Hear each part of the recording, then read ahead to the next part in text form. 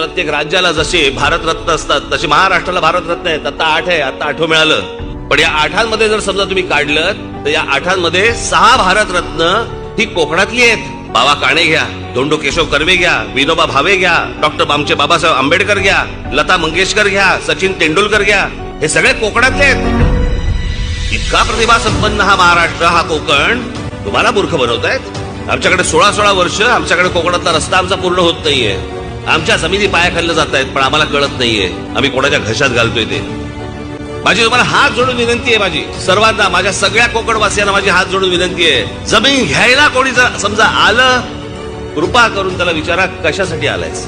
बाबा तो जागेरा, सगळं एके दिवशी हाताखालनं जाईल ना ज्या वेळेला, त्याला फक्त पश्चातापाचा हात फक्त कपाळावरती मारत बसायला लागेल तुम्हाला.